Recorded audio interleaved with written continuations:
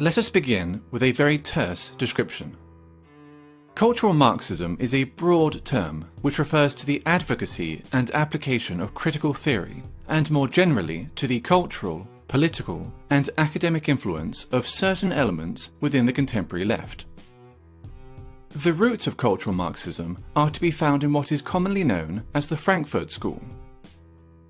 The term arose informally to describe the thinkers affiliated or merely associated with the Frankfurt Institute for Social Research at the Goethe University in Frankfurt, Germany during the interwar period. Critical of both capitalism and Soviet socialism, they sought to address the perceived shortcomings of classical Marxism in the pursuit of societal change. Their work came to be referred to as critical theory. Defining or categorizing critical theory is exceptionally difficult, for it pertains to a broad, almost disparate set of ideas, individuals, and approaches. The underlying and enduring aspect of critical theory, common to all its offshoots, nonetheless, is the creation of interdisciplinary theories that might serve as instruments of social transformation. During the 1960s, the Frankfurt School critical theory gained traction with some segments of the left-wing and leftist thought in both Europe and North America. Today, its influence is felt throughout Western academia, dominating the social sciences and humanities. Gender studies and whiteness studies being two such examples.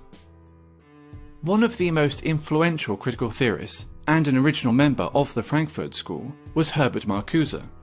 A cursory glance at any paragraph written by Marcuse will set alarm bells ringing for anyone even remotely familiar with the current culture of intolerance on college and university campuses. Consider the following passage from his 1965 essay, Repressive Tolerance. The small and powerless minorities which struggle against the false consciousness and its beneficiaries must be helped. Their continued existence is more important than the preservation of abused rights and liberties, which grant constitutional powers to those who oppress these minorities. Social justice, feminism, neo-progressivism, and post-colonialism, to name but a few, are all movements inspired by or born out of critical theory, and thus all come under the umbrella of cultural Marxism.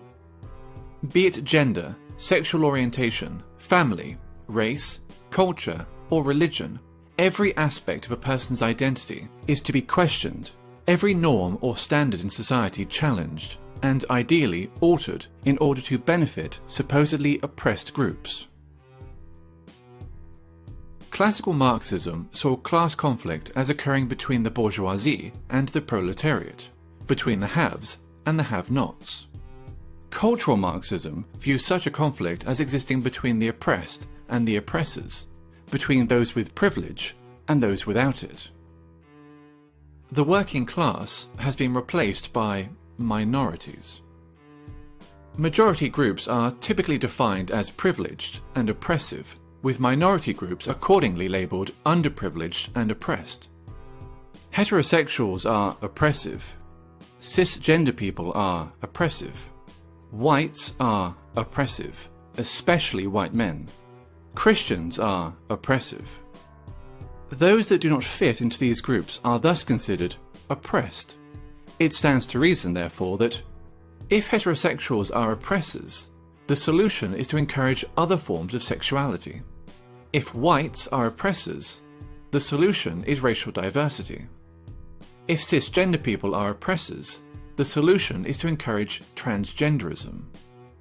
If Christians are oppressors, the solution is to propagate Islam.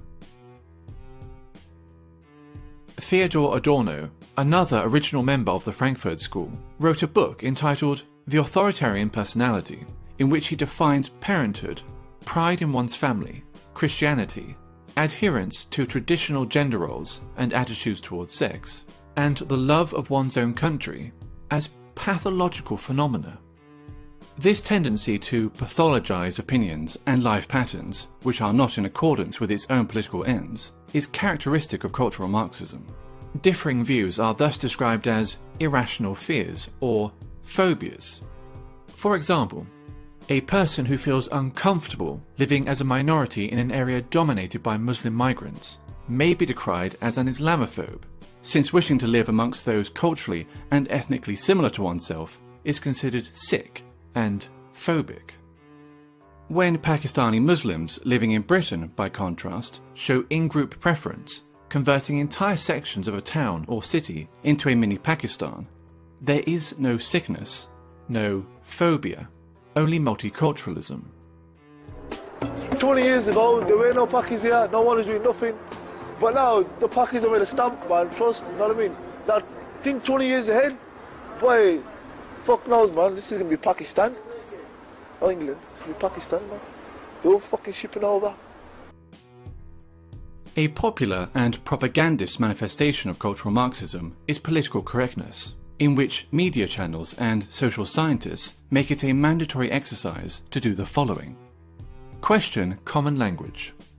Illegal immigrants, for example, are to be referred to as undocumented migrants, while ethnic discrimination is referred to as affirmative action. Their ambition to define and redefine words can be seen as a means of controlling the discourse and altering cultural norms. Racism and sexism have been redefined as a product of prejudice plus power, which leads to such ridiculous statements as, "There's no such thing as sexism against men," and "I, an ethnic minority woman, cannot be racist or sexist towards white men." Maintain an unwaveringly favourable view of groups which are marked as being oppressed. Islam is a religion of peace. Black Lives Matter is a peaceful, legitimate protest movement. Feminism is only about equality, and so forth. No deviation from the aforementioned narrative will be entertained, ever, nor will criticism.